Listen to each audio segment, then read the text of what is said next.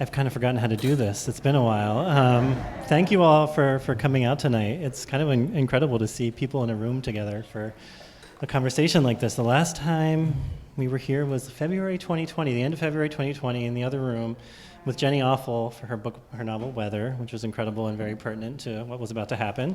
And here we are. When Rebecca reached out to us, I'm Stephen, who I own the bookstore around the corner, and Rebecca reached out about doing an in-person event, and I was like, well, if we're going to do it for anybody at this point, it's for Rebecca Solnit and Jenny Odell, both of whom are favorite writers of ours and who have been to the store before for events.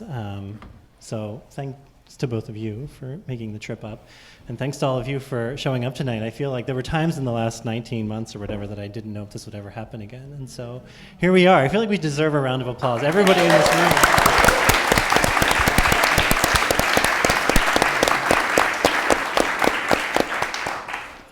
And for those who are live streaming, thanks to the Dance Palace, this is actually being broadcast on our website. So people who have tuned in from across the country and across the world for many of the virtual events that we've done over the past couple of years with writers like James Rebanks and Jackie Morris, Helen McDonald, Maggie Nelson, Rob McFarlane, who the last time I think you were here was in June of 2019. Rebecca and Rob had this amazing conversation. So it's nice to be in a room again like this, and thank you all for being so accommodating and being vaccinated and masked and all the things that are necessary to make this happen. We really appreciate that. Just a quick thanks to everybody at the Dance Palace for accommodating us as well, and to our volunteers who helped check you in today, Chris and Leon, Chris, Bonnie, and Ken upstairs here at the Dance Palace. Hi Bonnie, hi Chris, if you're watching tonight. It's going well. And I want to point out before I get kind of lost in the intro here that if you haven't seen, Wendy McNaughton and Laura Markham out front here have made these incredible screen printed with a beautiful quote and a commemorative thing. I feel like, we should do this more often. And Wendy is like now our on-call event designer. Grab one of these on the way out. There's t-shirts as well that they're making. Help yourself. Like we're here. We should like have some swag to go home with. It is really nice to be kind of getting back to this with these two writers, and especially for Rebecca's book that came kind of at the right time. I think for all of us, this beautiful rhizomatic exploration of art, activism, beauty, usefulness, and other ways of being useful. It's a truly profound and important work, and I couldn't think of a better conversational partner than Jenny Odell, who, of course, is the author of one of our favorite books of the past few years, How to Do Nothing. I'll give the official biographies, and then I'm going to get out of the way and let things unfold here, the conversation. We'll have time at the end for audience Q&A. I can walk around with the microphone then. But yeah, sit back and enjoy yourselves, and thank you again for showing up tonight. So Jenny is an artist and writer who teaches at Stanford and has been an artist in residence at places like the San Francisco Dump, the Internet Archive, and the San Francisco Planning Department. Her writing has appeared in the New York Times, The Atlantic, The Believer, The Parish Review, and a whole host of other publications. Her first book, How to Do Nothing, was of course a New York Times bestseller. It was named one of the best books of 2019 by several very important people in the world. And I feel like we got in with Jenny before any of that. Like we did an event with her. We were just saying it must have been April or May of 2019. Feels like that's our cred, we're ahead of the curve. And Jenny is currently working or nearly finished writing a new book, which is very exciting. I'm going to try to convince her to see the manuscript before the end of the night.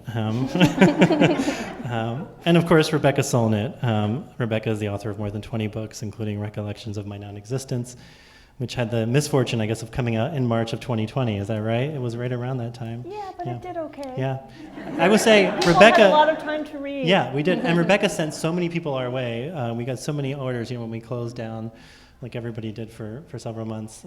I could tell when Rebecca posted on Facebook because we would get a slew of orders, and I would both thank her and curse her as I was putting them in the envelopes to ship them out. Other books including, of course, Field Guide to Getting Lost, The Faraway Nearby, Paradise Built in Hell, River of Shadows, and Wanderlust. She is also the author of Men Explain Things to Me and many essays on feminism, activism, and social change. She is a product of the California public education system. My favorite part of your biography, Rebecca, thank you for including that. And she is a regular contributor to The Guardian and other publications. And with that, I am going to get out of the way and hand it over to Rebecca Solnit, who is going to read a little bit first, and then the conversation will start. And really, thank you all again for being here tonight.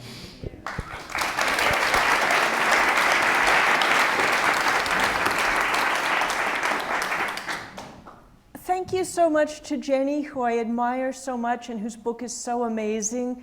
And I read it when it came out. I read it a little for Orwell's Roses, and it's mentioned there. And then I read it a bit the last few days, and my first reaction was like, I totally ripped her off. I just wrote a book with roses on the cover that begins with trees and, but apparently she's a forgiving soul. And and it's really great to be here with people who love books and with one of the great independent bookstores in the country, I think we can say about Point Reyes Books.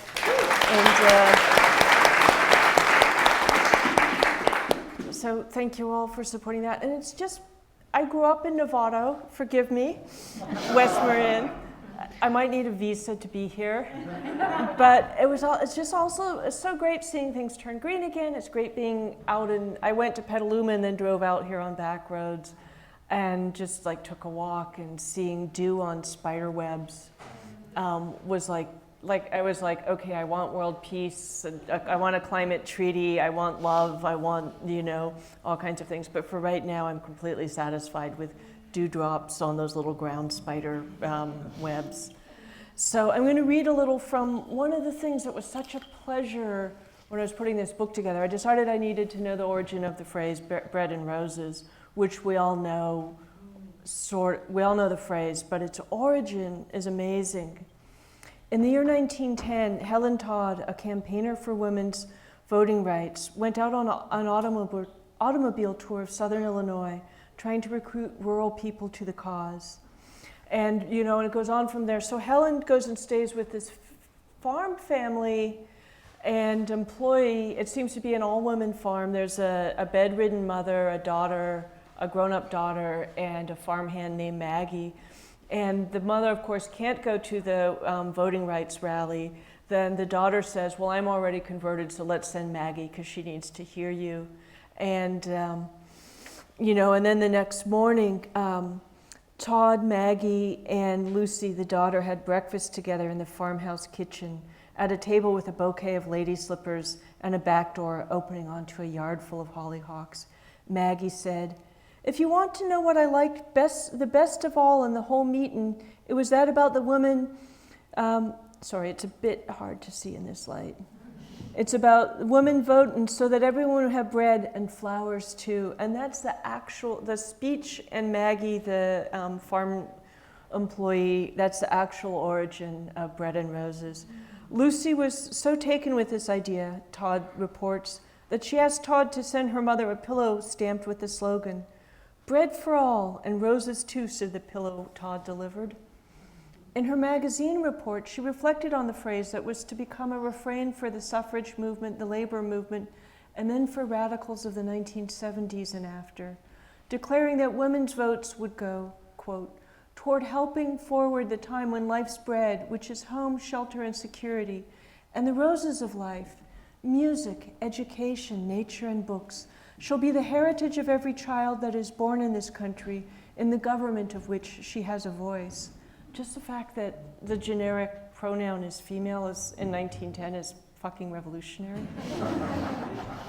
There will be no prisons, no scaffolds, no children in factories, no girls driven onto the streets to earn their bread, in the day when there shall be bread for all and roses too. The phrase that seems to have condensed out of the conversation between two farm women and a political organizer in response to a suffrage speech went on to have an extraordinary life. Later in 1911, the poet James Oppenheim published the poem Bread and Roses in the same American magazine. Todd had published her report on the trip and this first-hand account of the origin of the phrase. And some of you may know it. Mimi Farina and Joan Baez and Judy Collins and others have sung it, but which I cannot do, but I can recite a stanza or two. As we come marching, marching in the beauty of the day, a million darkened kitchens, 1,000 mill lofts gray, are touched with all the radiance that a sudden sun discloses. For the people hear us singing, bread and roses, bread and roses.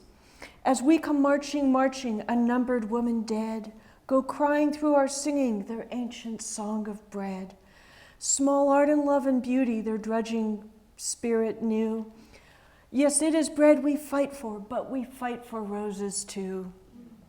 Bread fed the body, roses fed something subtler, not just hearts, but imagination, psyches, senses, identities. It was a pretty slogan, but a fierce argument that more than survival and bodily well-being were needed and were being demanded as a right.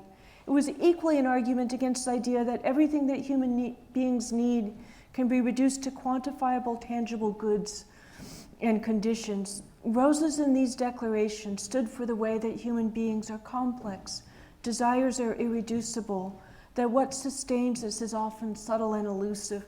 It was very much insisting on privacy, independence, freedom. A totalitarian state might give everybody bread, but because roses are different from person to person, and they'll give you, they'll suppress these poets but let you have those poets. They'll suppress, these ideas and facts and histories but let you have these pleasures but not those. And so it's really it's a radical statement both about human subjectivity, about the value of pleasure, and about the necessity of privacy and freedom.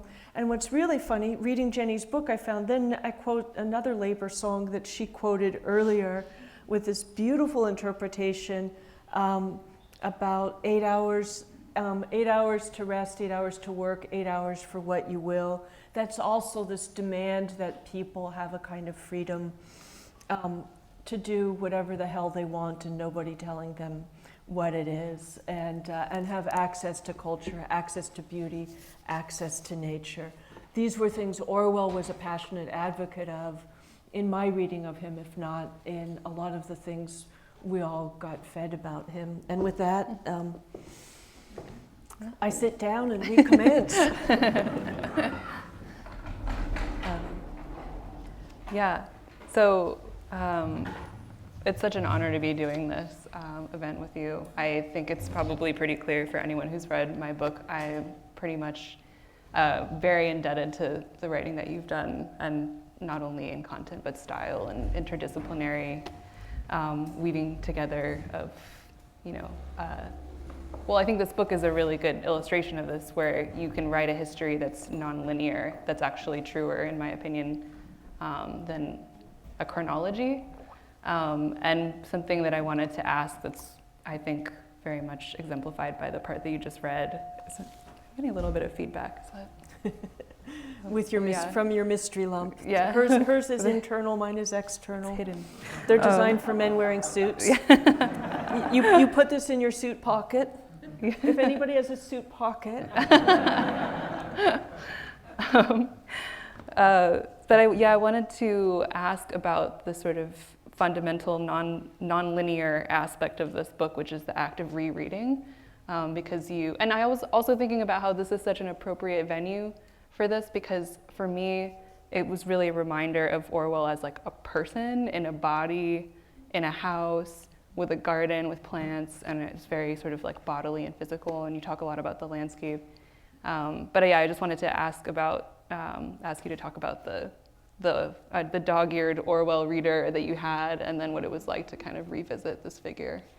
Yeah, when I was young and poor in haunted used bookstores, I bought an Orwell reader, a big anthology of his work, for a couple of dollars probably, and I knew Animal Farm in 1984, and I was joking the other day with Margaret Atwood. We both read Animal Farm when we were so young, we thought it was about animals. And we're very sad about Boxer the horse and knew nothing about Stalin and Stalinism and what allegories are, which it is. And But that was my real introduction to Orwell, as I was realizing, I'd always intended, since I learned how to read at Lou Sutton Elementary School in Novato, that I was going to be a writer, but then you have to actually do it. And I was gradually realizing I was going to write nonfiction and be an essayist, which was not a very popular, widely regarded, taught in MFA programs kind of thing back in the dark, ancient, medieval times from which I emerged. And, you know, and so I learned so much from Orwell, the beauty of his writings, the way he, you know, the polemics, the way he put things together, the way he was sometimes very formal but often very casual, but it really hung together, and from his passion and et cetera. And did you want me to talk about like the essay that led me to the roses, or do you want me to talk about the structure, or both? Or maybe, yeah, that essay, and just maybe like the other Orwell that you found. Yeah. So there's an essay in that incredibly ugly book of Orwell essays, which was then replaced by the 4-volume collected essays which I bought used at Moe's Books, or remaindered at Moe's Books and still have. And but he wrote this beautiful essay in 1946 called A Good Word for the Vicar of Bray, and I always thought this was who Orwell would have been had he not lived in such a war-torn, turbulent, demanding time, because it's such a deeply pleasurable, kind of idle, recreational essay. He talks first about the planting of trees. The Vicar of Bray was somebody who kept changing sides in the British religious wars, the Catholic Protestant wars, so that he could survive. And there's a song about his fickleness, but he planted a yew tree that Orwell saw, which I looked for and didn't find, and the yew tree is still growing. And then he talks about a king of Burma who planted the tamarind trees he had seen when he was a young imperial policeman there, and how the planting of a tree, especially a hardwood tree, may outlive any of your acts, good or evil. And you know, and then he talks about gardening. He talks about coming back to the cottage he had planted a garden in 10 years earlier, and he itemizes some of the fruit trees, a Cox's orange pippin. He mentions the roses he planted. And I quoted the essay in a book I did with a Kauai native artist, Louis DeSoto, in probably the late 80s. I knew it, I loved it. In some ways I didn't think about it that hard. But when my friend Sam Green, the filmmaker, thought he might make a film about trees, and we were swapping, you know, emails and clippings and nifty items about trees for years. When we were hanging out in person, he was talking about trees planted by notable people. We were in San Francisco, and I was like, oh, you know, George Orwell planted fruit trees, and we got very excited to see if we could find them for this project that was going to be Sam's, and maybe I would play a role in. May yet happen. Has not happened. This was the summer of 2017. So, you know, I'm a pretty good internet searcher. I figured out where Orwell lived in 1936, Wallington, Hertfordshire, southeastern England, kind of close to Cambridge. And, but Google Earth, you cannot tell a Cox's orange pippin from a very large green blob of any other sort when you're looking at these aerial photographs. So Sam wrote a letter to the address I'd found, and then when I was on book tour in the UK, I was actually on my way to talk to Rob McFarland, and I was really sick. I was not supposed to be on tour, but there's like a backstory. And it was really kind of, you know, and if this book came about through friendships, it was partly because I trusted Rob so much I didn't cancel that one. There was one I had to do or forfeit 10,000 pounds. So me and my illness went to London. And so I got off the train in Baldock, took a taxi to Wallington, and it was a very rural experience. The taxi driver knew exactly where I was going, and then he pulls up at the house and he says, oh, there's Graham now, I'll just introduce you. And he introduces me to the homeowner who happens to be standing in the lane, which was very fortuitous and very rustic. And you know, this doesn't happen in big cities that much. And Graham was this lovely person. I was sort of afraid that, you know, they'd slam the door in my face, as you might when you live in a house famous people lived in, that, you know, I might end up like peeking over a fence to see if anything looked like an 80-year-old apple tree. And and stuff. But he invited me in, introduced me to his partner, Dawn, who was gardening. It was November 2nd, Day of the Dead, 2017. They told me that the fruit trees had been cut down, and I thought that's kind of the end of the line. But they did introduce me to Nigel next door, who remembered the fruit trees, which was kind of nice, so that in some sense, at least I met someone who had witnessed Orwell's trees. And then very casually, after a cup of tea and lots of other things had happened and the taxi meter was still running, they said, oh, on the other hand, the roses Orwell planted are still growing. Would you like to see them? And it's like, and it was one of the most exciting things that ever happened to me. It made Orwell, as you said, kind of like immediate and present in a way I had completely not expected.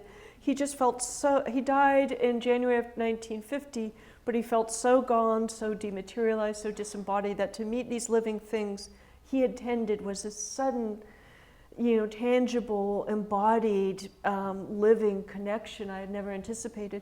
But also, by the time I left, I thought, I have never adequately contemplated what it means that George Orwell planted roses.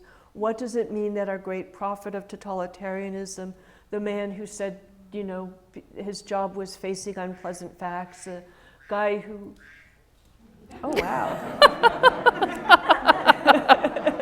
Was that a bird or a frog? A duck. Okay.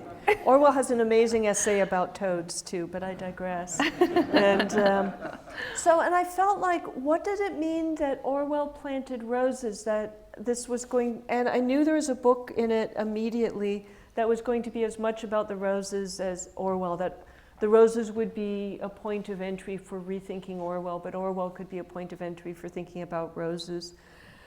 Standing in for beauty, for pleasure, for the non-utilitarian, but also for the plant kingdom, the flowering plants, the power of plants as carbon sequesterers, the way that plants made the world that we inhabit, and we couldn't live without them.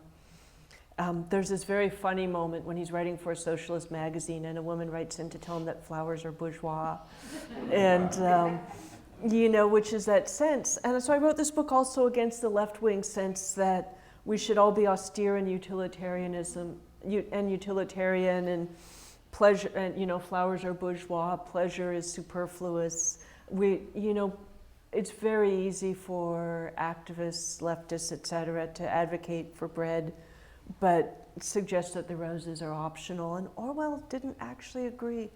But so what happened is I was like, what the hell did these roses really mean that I've known about for 30-something years and never thought about enough?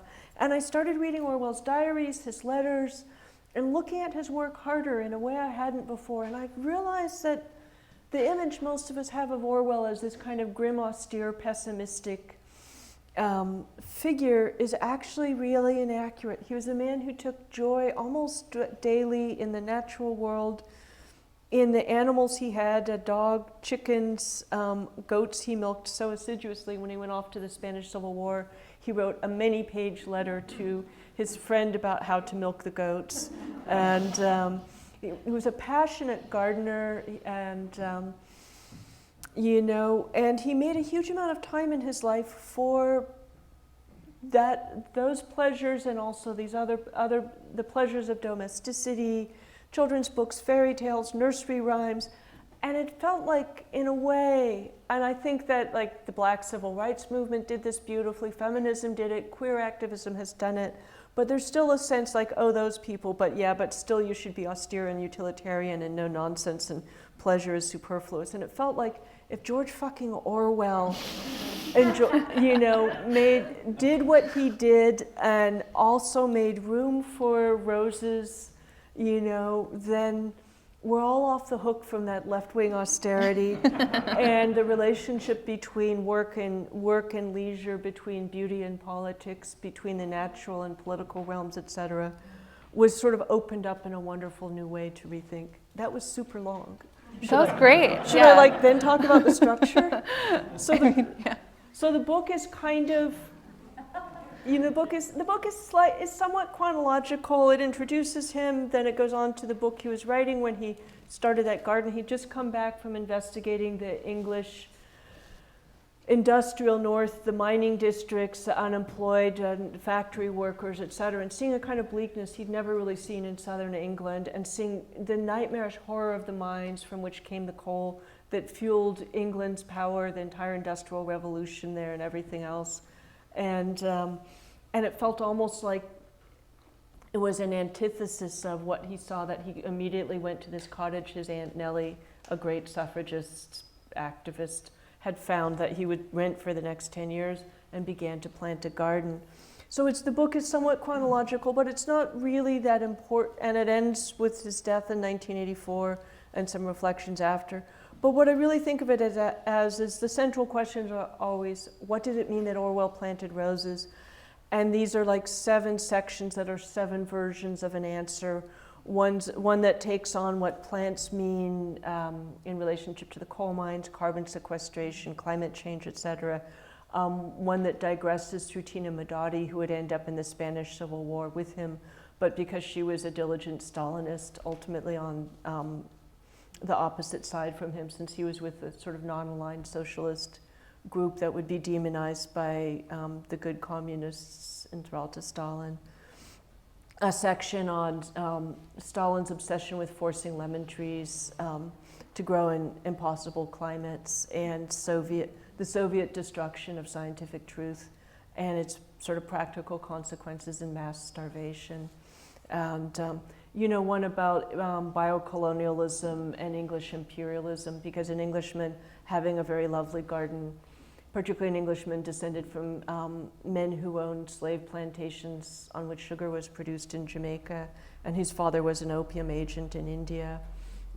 There's a lot of layers to what that means. So it's sort of 7 versions of what it might mean that this particular person planted these particular roses in this particular time and place, and never with a sense of now we completely understand it, but 7 explorations, and and you can't really do it linearly. And people have done. There's lots of biographies of Orwell. I read most of them.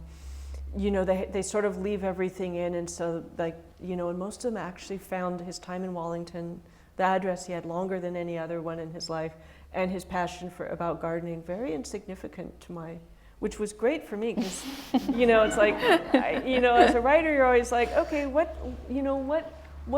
field has not yet been plowed and claimed and overworked, and I never really expected to find something else to say about Orwell from what we're all supposed to know, but yeah, I did.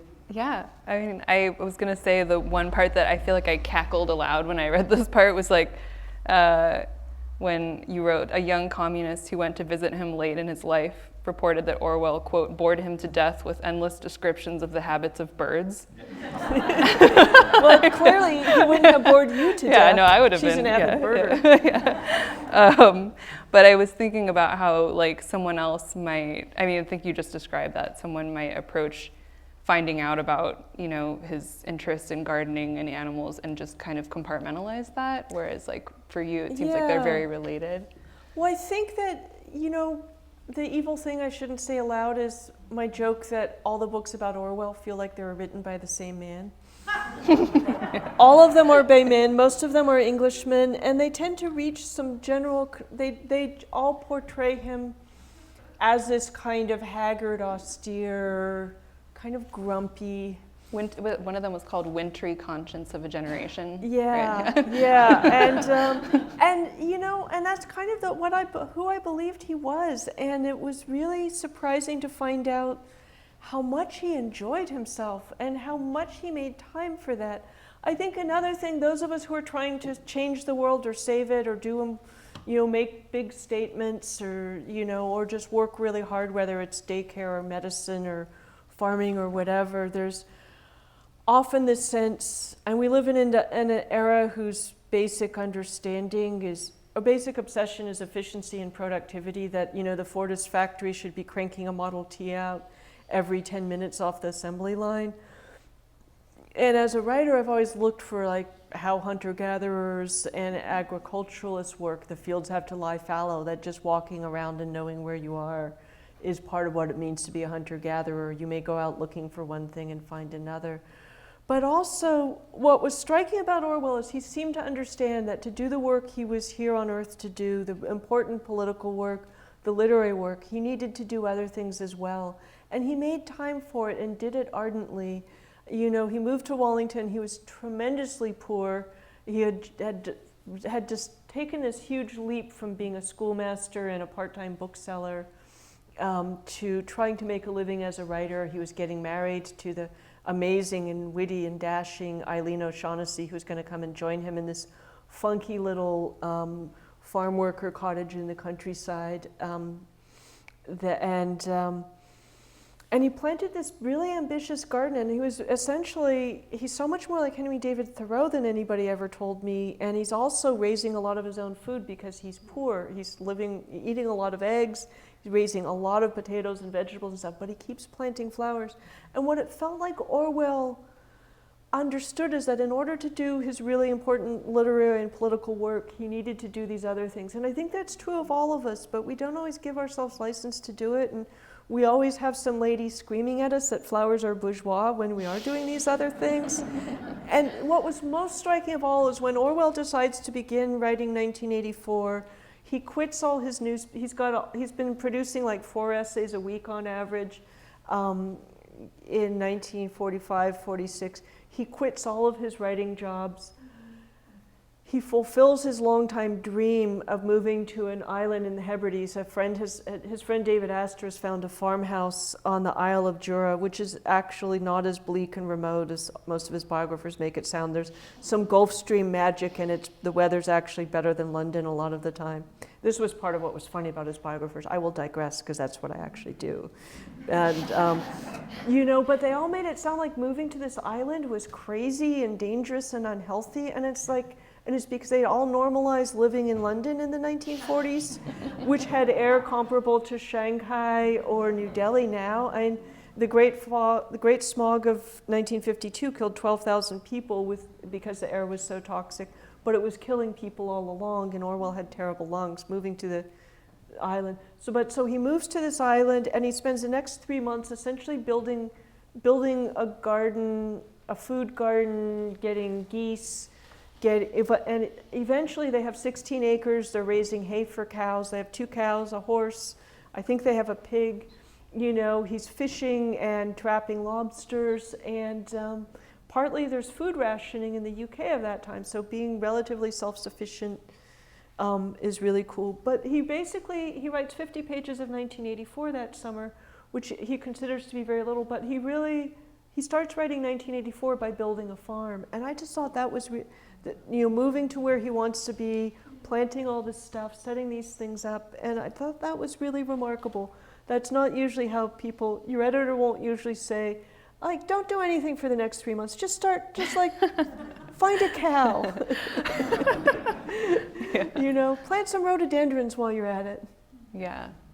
Yeah, I mean, this book was incredibly well timed for me because I was writing a book, and I feel like the woman screaming about the flowers is in my head, and just remembering that the work and even just a person is very situated in this network of other people, non-human entities, the cool aunt. I love that there's a cool aunt in the story, of course.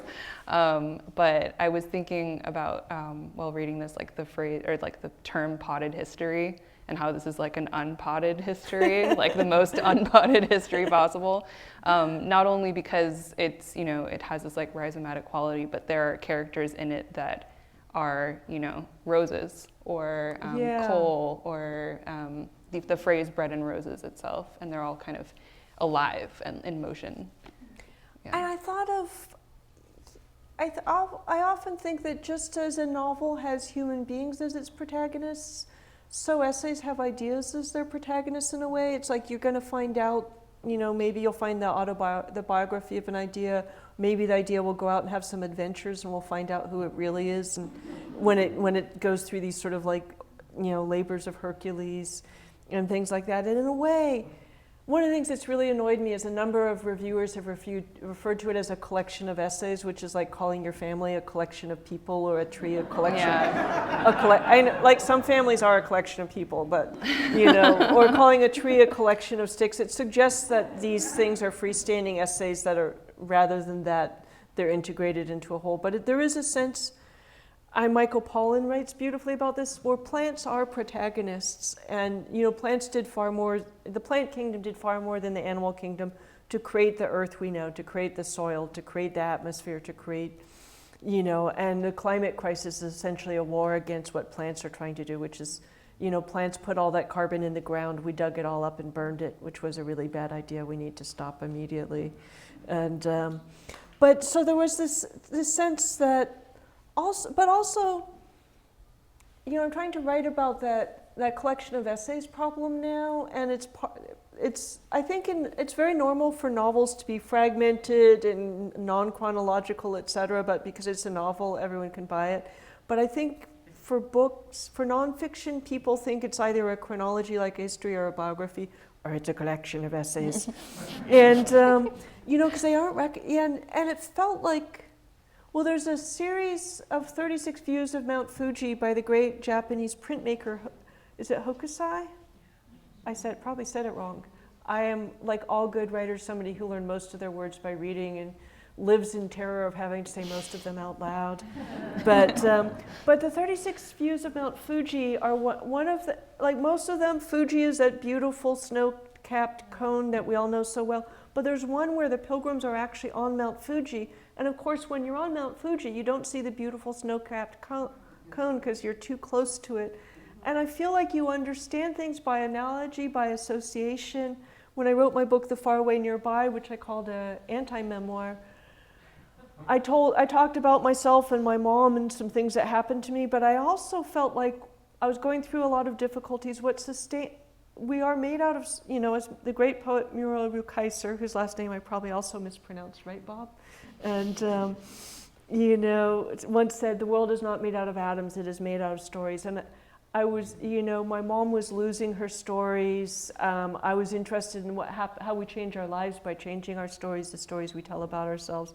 And I was looking at what stories sustained me in difficulty, and that was Mary Shelley and Frankenstein, it was Che Guevara.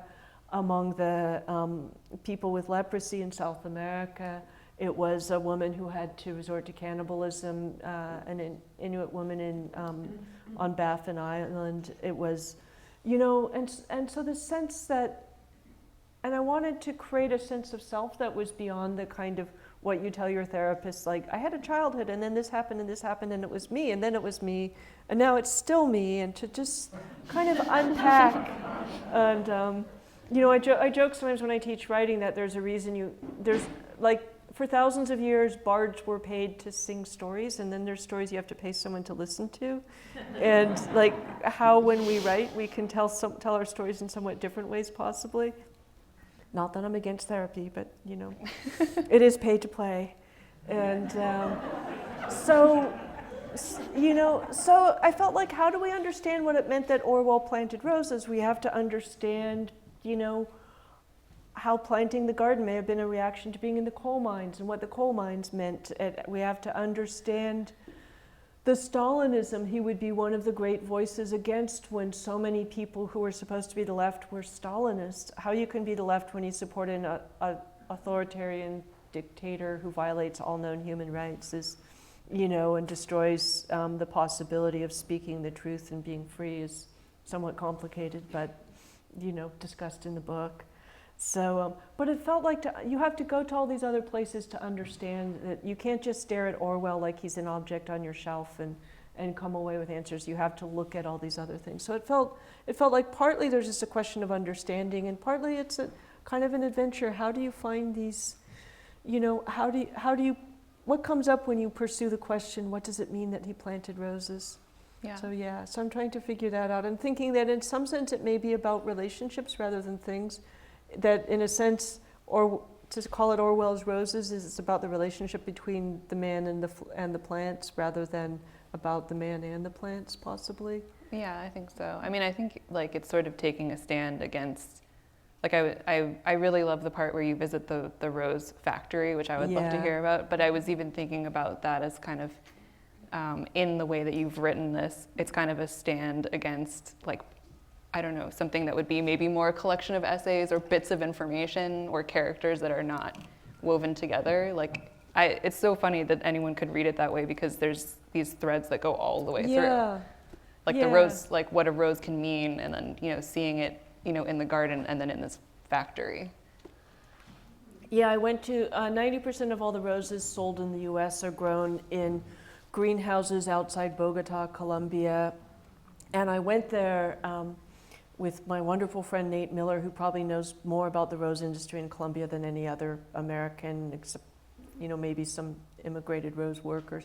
But he was a labor organizer in Colombia for years and did a huge report on the roses. And you know, and I'd known that for years, and I both wanted to look at roses you know, when does something stop being itself? Can a rose be so industrialized, mass-produced, alienated, that it no longer means what it should mean? And so, like, you know, it's very straightforward and journalistic going to actually look at these huge greenhouses the size of sports arenas, and these horrific working conditions. And it's just a factory whose product happens to be roses rather than iPhones or T-shirts or something. But also, I wanted to talk about the relationships between ethics and aesthetics. And there's a view in which they have nothing to do with each other, and these roses are very pretty. And it's always a question for me, do we need to learn to see what things mean? Do we need to get beyond? And are aesthetics and ethics separable? I'd had an argument with some other people about a book that I thought was actually an ugly book because it was untrue and unkind, and they thought was very elegantly crafted, and which it was. It was also evil and racist. And but Orwell was very, you know, it also gave me a chance to think about Orwell's aesthetics. What were his aesthetics of beauty? And obviously he loves flowers, and there's a lot of like conventional beauty. But it gave me an opening to think also about how inseparable ethics and aesthetics were for him, because I think the most important ethical aesthetic to him was in language, and that he saw language as a contract between the speaker and the listener, the writer and the reader, and he wanted honest contracts and was surrounded by cheating contracts, both by people in the West who were justifying and excusing atrocities and compromises and immoral things by using vague, inflated, indirect Latinate words and language and sentences and structures, and also dealing with Soviet propaganda. And you know, and it comes across very clearly how strongly this aesthetic, the sense that good writing is an aesthetic experience, but it's also an ethical commitment, and those two things are actually the same thing. And the roses became a kind of point of entry to that for me, and that was really, and the way all that fit together was really fun. It was really fun to put those things together. Yeah. If fun's the word, satisfying? It is, well, it's satisfying to read, so. Yeah, thank you, Yeah. thank you, yeah. I was wondering if you see a relationship between this book and your memoir, which I reviewed when it came out, because I don't know what the temporal relationship to them is, but just because I read this as kind of related and a sort of genealogy, because you're talking about, I mean, even what you just described, the sort of like ethics and like this different definition of beauty, like that's also in your writing, and in your memoir, you're sort of doing a similar like excavation. So I was wondering if there's a relationship. You know, I just hadn't thought about it that much. I know it was a 2-book contract, so there's that. And yeah, and it was funny because I was so in love with the idea of writing this book, and I was under, you know, that I'm really, like, writing recollections was meaningful, and I'm glad I did it. And it was also hard because I was writing about gender violence a lot and looking at just how huge it's been in my life and how huge it is in our society and stuff. So it was kind of grim. Whereas this was, even though I learned a lot more about Stalinism and, and there's a lot of very serious stuff in it, it was really pleasurable in a lot of ways. And also, I love doing research, and the research was really pleasurable. Though I wrote this during I started writing it in January of 2020, and the pandemic hit, and I had 7 library books, mostly on textiles from UC Berkeley. And it was I'm not getting any more library books for the foreseeable future. So I had to buy very expensive books online and do other weird things to continue the research. Yeah. But I don't know. I haven't. So I don't have any brilliant ways of thinking about them together. But I will go home and work on it. I mean, I think one thing that I saw I just remember your description of the sort of exhilarating nature of research. In the memoir really resonated with me. And then one of my favorite parts of this book is when you're sort of walking through a field that's near the cottage, the Orwell cottage, and looking at flints. And I was just thinking about how I don't know that many people who could write about walking around looking at rocks in a way that's exciting, because I've tried to do it, but I almost read, and you're describing all of these weird shapes, and then how they're this indication of how it used to be underwater, and I almost read that as an allegory for your research process of walking around and just this wonderment that you have encountering things. So England is full of flints, which I also first encountered walking around Cambridge countryside with Rob McFarland, and they're so different than the rocks we have here. And I'm a magpie by nature, and it's kind of funny because I picked up many flints with Rob, but the flints around Orwell's cottage are much more exciting and beautiful. And they're these rocks that were formed by sediment filling often the sort of voids left by little undersea creatures that died on the ocean floor when that part of England was ocean.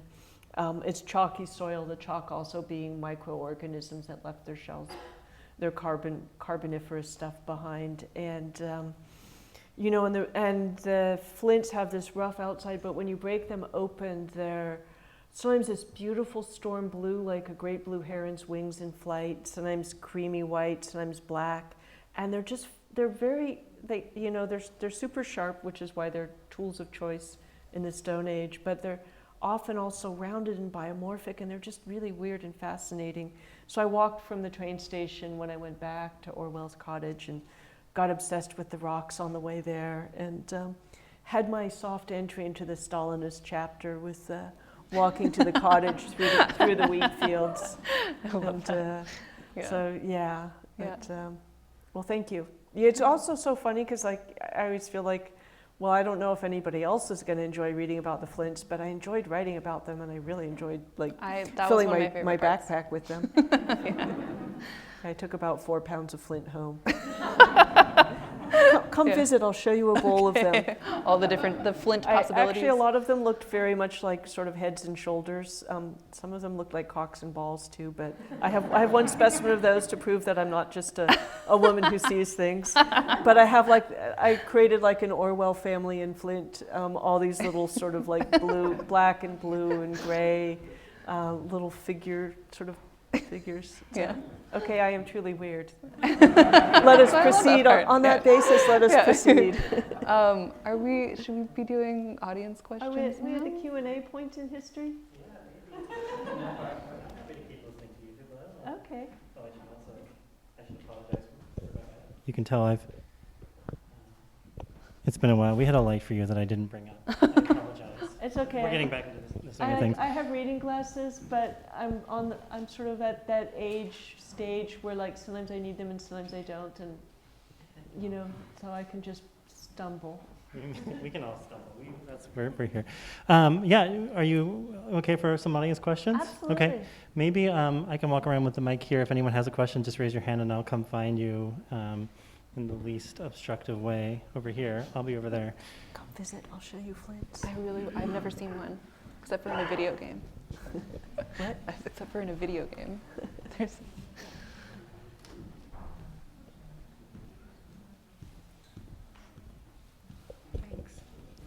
Hi. First of all, just that the two of you are here together is like so special.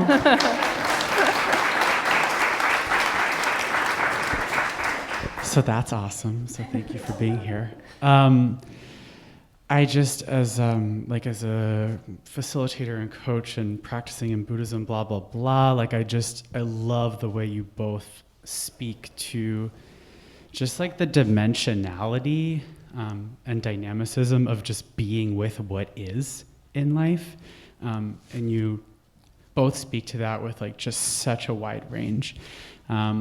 Whether it's like really just like paying attention to birds or like the atrocities of the world or natural disasters or like human rights violations or flowers, and like all of those things are just really honest aspects of like being alive and paying attention. And so I was just really like, as you were talking about the Rose Factory, and just that thing you said, Rebecca, about like when something kind of almost gets rendered not even what it is, which just feels like such a, God, like that just feels so resonant with a lot of aspects of like being alive and the news and social media and like how we digest things these days.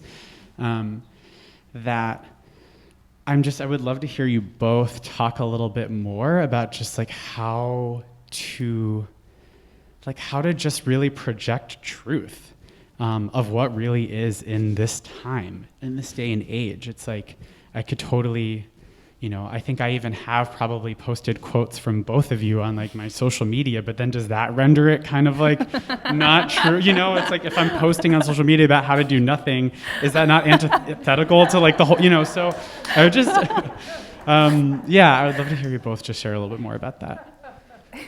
Do you have? I actually, something from this book that I felt was really useful for me in that regard was there's some moments where you talk about like going back to, or Orwell talking about going back to something concrete, like even the garden, like touching something, observing things with your own eyes, like in a time when you're being told that something like 2 + 2 = 5 or whatever, right? And so like I think that really gave me a new lens on what maybe I was trying to get at and how to do nothing, which was like maybe that's what I was trying to do by going and sitting in the rose garden, is like, okay, like every like notwithstanding like the garden, all the politics of a garden and all of the this is not like some kind of neutral space, but it is a place where you can go and sit and see other people who are enjoying themselves, and you can see birds and flowers and bugs and like just kind of like grab onto that. And I think like just kind of constantly going back to that, I have noticed that I have a really hard time if I haven't done that for a while, and you don't even realize it, like you're just kind of drifting off, and then you get really far and you're like, oh my God, and you have to kind of go back to that, and for me that is, it has to be some kind of like human, non-human like network that I'm very privileged to have access to. But also just I was thinking about how this, I called it an unpotted history, but it's also like the characters are more than human, and they're all sort of like interacting and alive, and I feel like that keeps it also very grounded. I think that Trump is no longer president, but Trumpism lives on. We live in a world where a lot of people have been swept up in delusions about COVID and climate and abortion and vaccinations and who actually won the election and everything else. And there's a sense that is very clear in Orwell that you go back to empirical, firsthand, grounded experience to root yourself in the practice. What? I think that was Siri. What did she say? Wait, was that a duck? But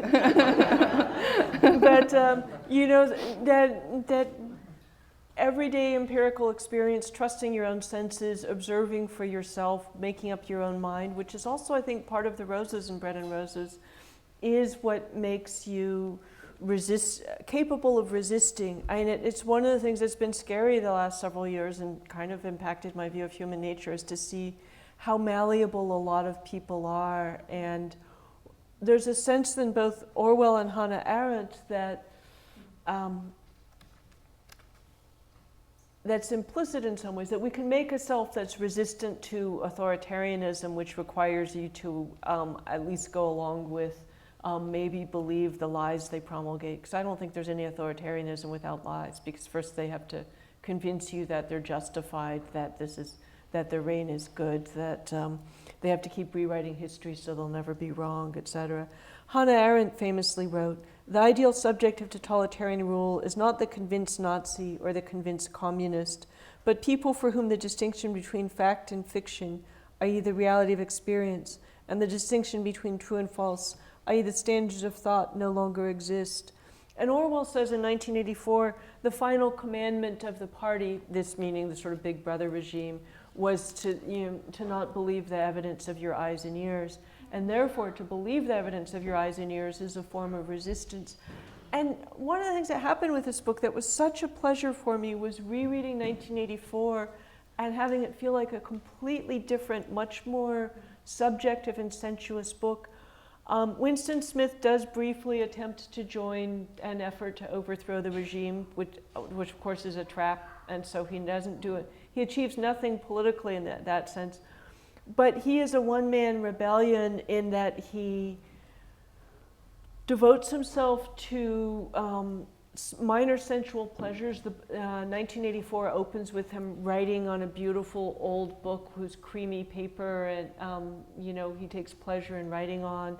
He takes pleasure in, he has a love affair. He takes pleasure in nature and birdsong, in a coral paperweight, a glass paperweight with a bit of coral in it, in trying to remember the past and preserve. It's constantly trying to remember what happened accurately. So he's essentially making a robust self who is inherently not a good subject of totalitarianism through these things. And of course he gets destroyed by torture.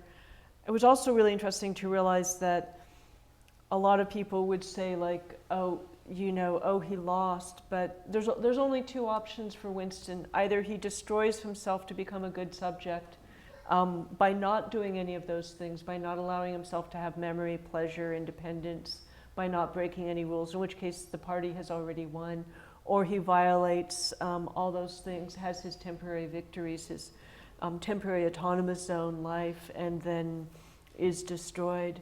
But the book has all these passages in it that are so much about pleasure and beauty and the senses, and that's really what Winston is doing. And it's from Orwell, who's been thinking very hard about Stalinism for more than 10 years at this point. It's a pretty strong statement that this is what he's interested in.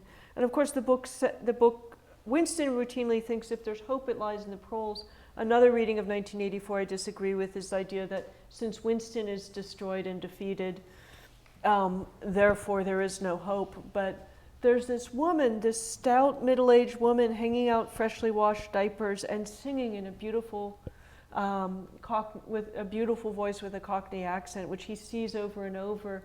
And the first time he sees her, it's like she could have been there for 1,000 years. She's like this primordial earth goddess. And I think she's really kind of the hope in the book. She's still singing when the thought police take him away to prison. And, and she's singing a love song about memory and care. She's hanging out diapers, which is caring for, what is to come. And it's this, and seeing that this time around. And then the most remarkable thing of all in 1984, upon rereading it, is when Winston recognizes that this woman is beautiful, and it feels like a big breakthrough for Orwell too, to see a stout, working-class, middle-aged, roughened by work and thickened by childbearing. He describes her as beautiful, and the way he understands her beauty is he says, why should the rose be inferior to the rose? Why should it be less beautiful than the rose? And it's also this moment where, first of all, roses are pivotal to 1984, which is very handy for my thesis. But it also brings up this larger thing, which is something I've been really interested in as a writer and as an environmentalist and as a person who grew up on the edge of the country in this county, is we need nature for physical sustenance. We often hear about the spiritual dimensions it gives us, but I think it furnishes our imagination in a way nothing else ever can or will. That most of our metaphors are drawn from spatial reality, our own bodies and the animals and the rest of the natural world. And so living in the countryside, and Orwell observed, it was seeing a little boy beating a huge, powerful cart horse that gave rise to the idea that became Animal Farm. And so you see that also, having a rose metaphor handy meant that he could write that passage in 1984. And therefore, of course, all that time with flowers and gardens is exactly what writers should be doing. You're understanding the world metaphorically, which all of us need to do. But to see that metaphor in that pivotal moment of the book, do that heavy lifting for him was so amazing. And I was like, not the book I remembered, and I'd read it many times before. It was so exciting. And I have digressed so far. But surely there are other questions. I promise not to digress as much. All right. I see a hand over here. I'll come over.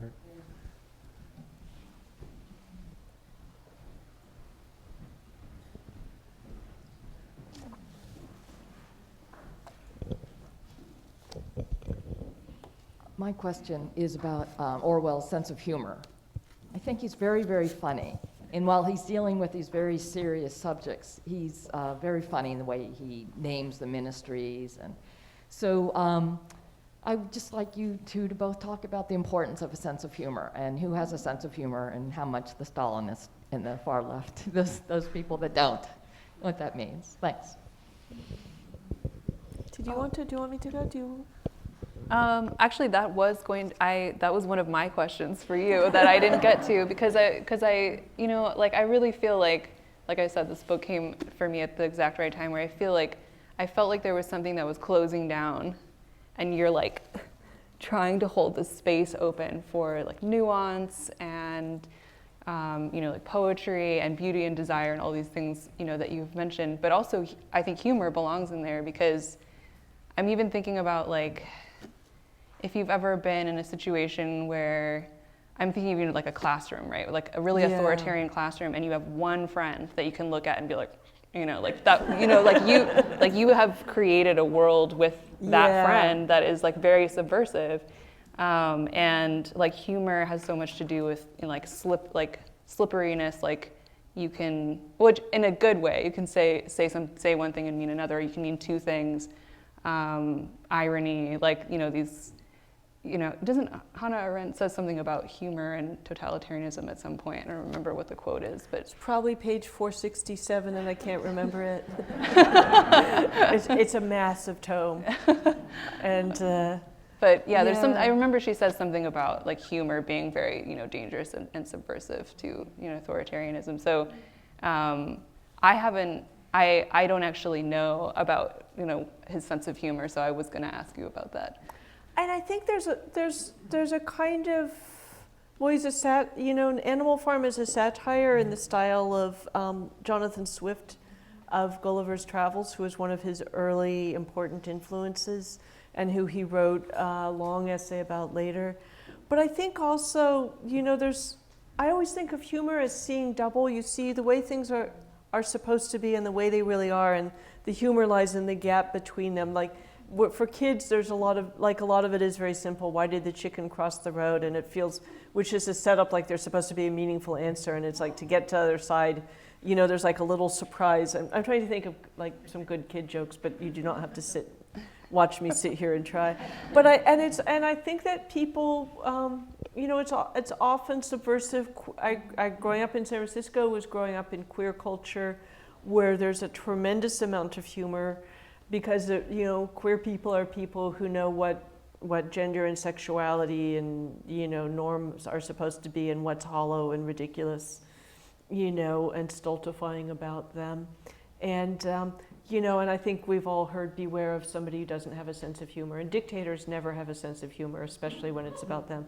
There is a kind of horrible Dave Chappelle punching down thing that passes as humor that I think is not actually funny, which is the more powerful ridiculing the less powerful, which was the what a lot of those horrible white men in stand-up comedy were doing forever. And but I think that, you know, of course, what's funny is as subjective as anything else. I think the Roses and Bread and Roses have to include humor and comedy. But I do think that humor is often very, very subversive, very much about pulling the rug out from under expectations, showing that the emperor has no clothes, and that it's often exposing.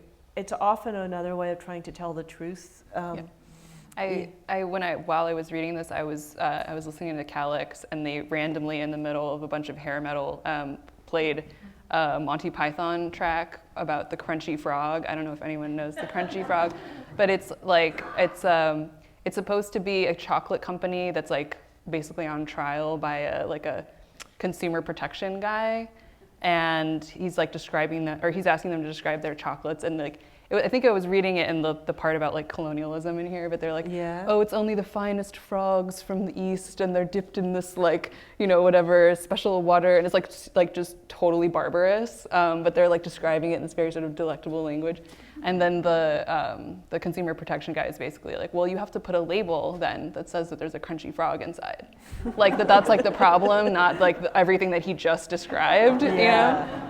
And just like Monty Python in general, like, I mean, speaking of stultifying, like being like sort of crushed under this culture, there's like this layer of satire that's like incredibly dense that's produced under that, and very subversive, I think. So yeah, that was just a weird thing that happened while I was reading this. Good All for right, Kat. I think maybe we have it time for Calyx? one more Yeah. question. Hand high in the air if there is one more. More questions? There's one.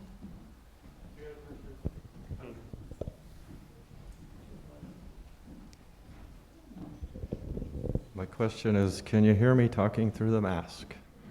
Yes. Can you what? You have a sense of humor.